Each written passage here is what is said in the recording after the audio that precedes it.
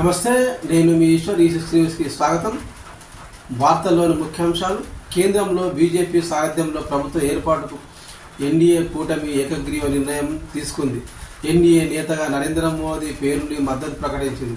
ప్రభుత్వం ఏర్పాటుకు అనుసరించాల్సిన వ్యూహంపై ప్రధానమంత్రి నరేంద్ర మోదీ నివాసంలో సుమారు గంటన్నర సేపు జరిగిన ఎన్డీఏ కీలక సమావేశంలో నిర్ణయం తీసుకున్నారు.